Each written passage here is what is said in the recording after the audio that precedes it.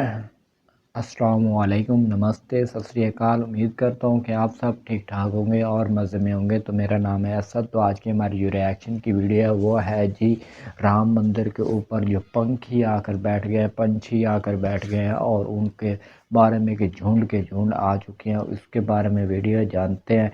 ये सदियों पहले आते थे, बहरहाल अब ये क्या आमदनी हो चुकी है कि ये आना स्टार्ट हो गए हैं झुंड के झुंड। और सारे थंबनेल में आप लोगों ने देखा ही होगा कि जगह जगह पर बैठे हैं। तो देखते हैं वीडियो और इसका रिव्यू एंड पर करते हैं। तो वीडियो फुल वॉच करनी है और चैनल को सब्सक्राइब करना है, वीडियो को लाइक करना है और कमेंट में अपनी राय का आगाज़ ज़रूर देना है। तो लेट्स गो। श्री राम जन्मभूमि के बाद अब क्या होगा? ये अपने आप में एक चमत्कार है। इसका मतलब कुछ ना कुछ भाजपा में चल जरूर रहा है। इसके अलावा एक अद्भुत खबर आ रही है अयोध्या से। उसके बाद यह अंदाजा लगाया जा रहा है श्री राम जन्मभूमि के सवाल पर खबर है कि जटायु जी, जिसको लेकर देश भर में जिसका जवाब वो ऐसा देते हैं कि भारत में। सुबह मैंने जब ट्वीट देखा तो मुझे विश्वास नहीं हुआ, क्योंकि मैंने पिछले 23 साल से। नमस्कार दोस्तों, स्वागत है आपका द साइंटिफिक हिंदू पर। आप सभी को द साइंटिफिक हिंदू टीम की तरफ से नव वर्ष की हार्दिक शुभकामनाएं। जैसा कि आप जानते हैं, मेरा नाम है धीरेन्द्र, मेरे साथ हैं अमित जी। आज हम आपसे बात करने वाले हैं इस नव वर्ष के मौके पर आई दो अहम खबरों की, और दोनों की दोनों जुड़ी हुई है भगवान श्री राम की जन्मभूमि से। पहली खबर है जहां पर राम जन्मभूमि के बाद एक और आंदोलन की शुरुआत होने वाली है। वहीं दूसरी खबर है जहां भगवान श्री राम की जन्मभूमि पर पहुंचे महात्मा जटायु। आपने भी ये खबर कहीं ना कहीं सुनी जरूर होगी, लेकिन आपके मन में भी जिज्ञासा होगी कि क्या ये खबर सच है या नहीं है। आज हम इसकी विस्तृत जानकारी आपको देने वाले हैं। तो चलिए शुरू करते हैं आज का वीडियो।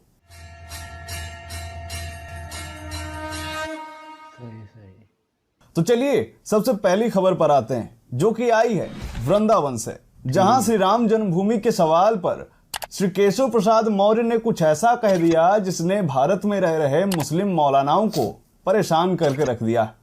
दरअसल ये बात है वृंदावन की, जहां साध्वी ऋतंभरा देवी का जन्मदिन मनाया जा रहा था। और साध्वी ऋतंभरा का यह 60वां जन्मदिन था, जिस पर 3 दिवसीय कार्यक्रम था। यहाँ पर देश के गृह मंत्री अमित शाह जी को भी आना था, लेकिन खराब मौसम के चलते वो नहीं आ पाए। इसी बीच में केशव प्रसाद मौर्य जी से एक सवाल पूछा जाता है, जिसका जवाब वो ऐसा देते हैं कि भारत में एक हलचल शुरू हो जाती है। केशव प्रसाद मौर्य उत्तर प्रदेश के डिप्टी सीएम हैं। इस मौके पर जब डिप्टी सीएम से यह सवाल किया गया कि श्री राम जन्मभूमि के बाद अब क्या होगा, तो उन्होंने जवाब दिया कि राम मंदिर तो बन गया है, अब श्री कृष्ण जन्मभूमि की तैयारी की जा रही है। 22 जनवरी को अपने गांव, अपने शहर को अयोध्या और अपने घर को श्री राम मंदिर समझकर आप सभी लोग दिवाली मनाएं। यानी कि केशव प्रसाद मौर्य जी ने यह बात कह दी है कि अब राम मंदिर के बाद बारी है श्री कृष्ण जन्मभूमि की, जिसको लेकर देश भर में आंदोलन शुरू भी किए जा चुके हैं। और सबको इंतजार है 22 जनवरी का, जब 22 जनवरी को भगवान श्री राम की प्राण प्रतिष्ठा की जाएगी। उसके बाद यह अंदाजा लगाया जा रहा है कि श्री कृष्ण जन्मभूमि की मुक्ति की तैयारियां भी शुरू हो जाएगी, क्योंकि डिप्टी सीएम केशव प्रसाद मौर्य ने यह कहा है कि श्री कृष्ण मंदिर की तैयारी की जा रही है। इसका मतलब कुछ ना कुछ भाजपा में इस मुद्दे को लेकर चल जरूर रहा है, और उम्मीद है कि 2024 के चुनाव में यह बात जनता के सामने रखी भी जाएगी। आपको क्या लगता है दोस्तों, वह भी हमें कमेंट अवश्य करें। इसके अलावा एक अद्भुत खबर आ रही है अयोध्या से, कि पता लग रहा है कि अयोध्या में महात्मा जटायु पहुंच चुके हैं। दोस्तों, आपको याद होगा कि सन 2000 के बाद से कहीं भी गिद्ध दिखाई नहीं देते थे। ये तो है। और अचानक 23 सालों बाद अयोध्या नगरी में गिद्धों का झुंड पहुंच गया है। लोग कह रहे हैं कि ये साक्षात जटायु हैं, जो भगवान श्री राम के मंदिर की प्राण प्रतिष्ठा में शामिल होने के लिए आए हैं। दोस्तों, अयोध्या से जटायु जी के प्रवेश की यह खबर जैसे ही लोगों को मिली, यह ट्विटर पर वायरल हो गई। बड़े बड़े सेलिब्रिटीज इसको लेकर ट्वीट करते हुए दिखे। इसके अलावा बड़े बड़े यूट्यूबर्स भी इस पर वीडियो बना रहे हैं। मीडिया भी कवरेज करने के लिए अयोध्या पहुंच चुकी है, क्योंकि यह अपने आप में बड़ी खबर है कि जटायु जी अयोध्या पहुंच चुके हैं। आप में से ज्यादातर लोगों ने यह देखा होगा कि पिछले कई दशकों से गिद्ध हमें भारत में देखने को नहीं मिलते हैं, लेकिन अचानक इनका पूरे भारत में और कहीं नहीं, सिर्फ एक जगह पे दिखना, यह किस ओर इशारा कर रहा है? आखिर क्यों यह गिद्धों के बड़े बड़े समूह अयोध्या पहुंच रहे हैं? सुबह मैंने जब ट्वीट देखा तो मुझे विश्वास नहीं हुआ, क्योंकि मैंने पिछले 23 साल से गिद्ध नहीं देखे थे। लोग ये कहने लगे थे कि अब गिद्ध केवल किताबों में ही देखने को मिलेंगे। ऐसे साक्षात देखना अपने आप में एक चमत्कार है, वो भी अयोध्या में, वो भी अयोध्या में। जब राम मंदिर बनने वाला। जब राम मंदिर की प्राण प्रतिष्ठा होने जा रही है, तो ये अपने आप में एक चमत्कार है। जहाँ तक जटायु का सवाल उठता है, तो जटायु रामायण में जिक्र मिलता है कि महाराज दशरथ के मित्र थे। देवासुर संग्राम में उन्होंने महाराज दशरथ का साथ दिया था, और उसके बाद जब माता सीता का हरण हुआ तो उस समय जटायु ने जब देखा कि रावण माता सीता को लिए हुए आसमान में चला जा रहा है पुष्पक विमान पर, तो जटायु ने पूरी कोशिश की माता सीता को बचाने की। आसमान में जटायु उड़ते हुए पहुंचा और रावण से युद्ध हुआ जटायु का। अंत में रावण ने तलवार से एक पंख काट दिया, जिस कारण से जटायु नीचे पृथ्वी पर आ गिरे। बाद में जब भगवान राम उनके समीप पहुंचे तो उन्होंने कराहते हुए जटायु को देखा, तो उन्होंने हे तात कहकर संबोधन किया। जटायु ने जैसी कि पूरी कहानी है पहले की, वो सारी बताई कि रावण लेकर के गया है सीता जी को। भगवान राम ने यह भी कहा कि हम आपको अमर कर देते हैं, लेकिन जटायु ने कहा कि नहीं, मुझे अमरता नहीं चाहिए, मुझे ऐसा समय दोबारा नहीं मिलेगा। अभी आप हमारे सामने हैं, मैं कितना भाग्यवान हूँ कि आपके हाथ में, आपके सामने हमारे प्राण निकल रहे हैं। अगर अमर हो गए तो दोबारा ऐसा समय नहीं आएगा। जब जटायु ने प्राण त्यागे, भगवान राम ने अपने पिता की तरह ही उनका अंतिम संस्कार किया था। तो आज लोगों को ये आश्चर्य हो रहा है कि जो गिद्ध लुप्त हो चुके थे, यहाँ तक कि सरकारी दस्तावेजों में दर्ज किया जा चुका था कि गिद्ध एक लुप्त प्रजाति है, लेकिन अचानक से 23 साल बाद अयोध्या में प्रकट होना जटायु का, ये बहुत बड़ी बात है और ये किसी चमत्कार से कम नहीं है।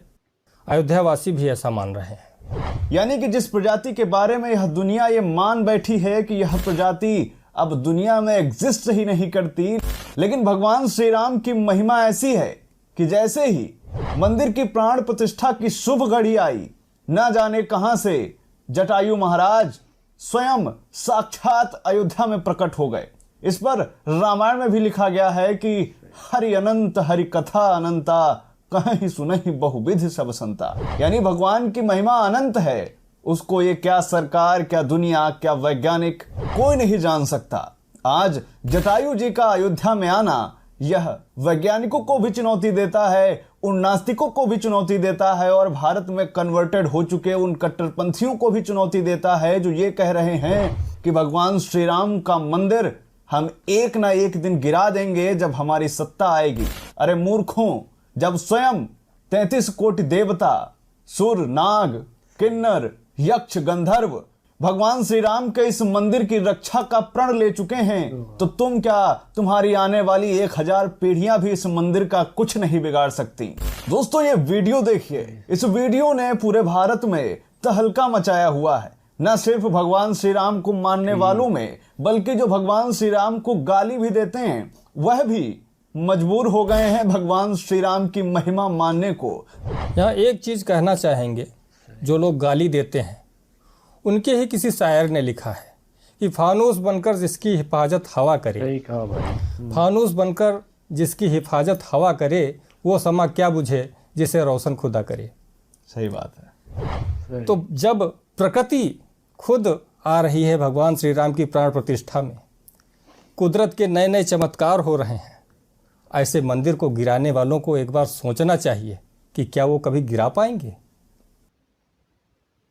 तो सो गाइस, वीडियो पर रिएक्शन किया तो इस वीडियो में बताया गया कि भाई ये राम मंदिर बनने के हवाला से जैसे ये इसकी तमीरात शुरू हुई है ना, उसके बारे में तो ये कब के आना स्टार्ट हो गए, और कुछ वीडियोस भी इनकी वायरल हुई हैं कि ये पहले नहीं आते थे, अब कैसे आ चुके, क्या हो गया, क्या ये सभी राम मंदिर बनने के बाद ये आए हैं और इनको पता चला कि यहाँ पर राम मंदिर बनने का स्टार्टिंग हो चुका है। और मैं मेरा थोड़ा सा माइंड बात करना चाहता हूँ, अगर किसी को गलत लगी हो तो उसके लिए भाई माफ़ी। बाकी बात यह है कि ये जो नक्शा बनाया गया है ना राम मंदिर का, तो इसके हवाला से मैं आपको बताना चाहता हूँ कि इन पंखियों को और इस नक्शे के अंदर या जो भी काम किया जा रहा है, जो भी किया जा रहा है ना कोई लिंक है इन पंखियों के अंदर। और इस जो नक्शे के मुताबिक इनकी बिल्डिंग या राम मंदिर के हवाला से ना पहले से कोई ना कोई इनके अंदर कोई लिंक है, तभी तो ये आ रहे हैं। तो इसके लिए क्योंकि इनका कोई लिंक है, कोई इनके साथ आशीर्वाद है, कोई बात ऐसी हुई है, या पंखी राम मंदिर के जो महालल्ला जो है राम मंदिर के बारे में महालल्ला कोई पंखियों के बात करता होगा, कोई लोग ऐसा होता होगा कि वो उनको पढ़ाता होगा। इसी तरह ये पंखियों के बारे में सारा कोई पंछी जो आ रहे हैं ना, इनके बारे में कोई ना कोई सीधन कोई ना कोई लिंक है, तो तभी तो ये आ रहे हैं और ज़ियारत के लिए आते हैं। तो उम्मीद है कि आज की वीडियो आपको पसंद आई। अगर पसंद आई तो वीडियो पर लाइक करें। अगर कोई गलती होगी तो भाई माजरत चाहता हूँ, कमेंट में आपको बता सकते हैं। तो मिलते हैं नेक्स्ट वीडियो के अंदर, तब के लिए बाय बाय गाइस।